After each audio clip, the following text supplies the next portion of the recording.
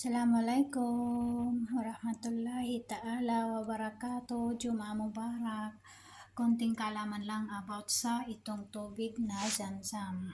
Alam nyo ba ang Zamzam ito ay galing sa Makkah, kung saan ito ang history ng nung ipinanganak si Ismail si Ismail nung pinanganak ni Hajar, ang asawa ni Ibrahim alayhi salatu wassalam. Ang tubig na ito ay bigla na lang siyang lumitaw, kung saan noong ipinanganak ni Hajara si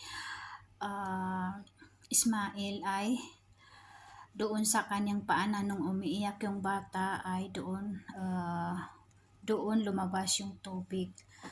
So kasi yung si Hajar, ang kanyang nanay, ay naghahanap ng tubig, palibot-libot, pabalik-balik sa kanyang doon kung saan doon siya nanganak, at siya ay nag-iisa, pangalawa lang ang kanyang doon siya pinanganak niya doon si Ismail.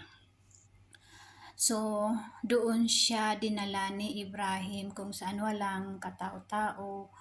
So dahil sa palibot-libot siya or paikot-ikot na lang naghanap ng tubig, kasi nga nanganak siya, ay noong panahon na yon ay kapag marami ang ibon sa iyong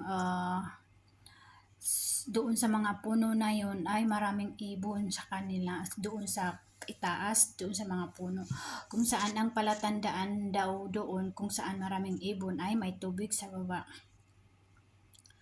So yun, nung paikot-ikot na, ang nanay niya na si Hajar ay nakita niya ang tubig na lumabas doon sa paanan ni Ismail.